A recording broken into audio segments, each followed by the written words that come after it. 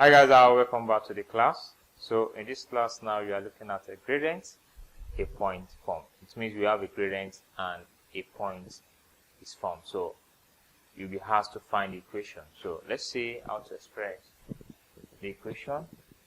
So it means we're having a point given.